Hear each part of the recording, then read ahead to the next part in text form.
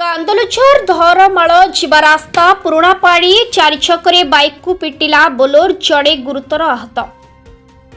आज 29 तारीख शनिवार संध्या 5टारे कांदलझर धरमाल जीवा रास्ता पुरापाड़ी चारि छकरे बाइक को पिटिला बोलोर जड़े गुरुतर। प्राप्त सूचना प्रकाश जे एक बाइक ओडी 03N7941 रे तुषार जुआड़ कांदलझेरु धरमाल को फेरुथिबा बेले विपरीत दिगरु आसुथिबा एक बोलोर बाइक को धक्का देई बोलोरटी रास्ता रे ओलटी पड़िथिला। तेबे बोलोर चालक घटनास्थलरू फेरार मारिथिबा बेले बाइक चालक गुरुतर होई भवानीपाटना मेडिकल रे चिकित्सित हेउथिबा सूचना मिलिछि।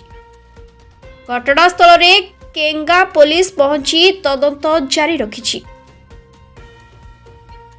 भवानीपाटनारू रंजन दास का रिपोर्ट, संघर्ष टीवी।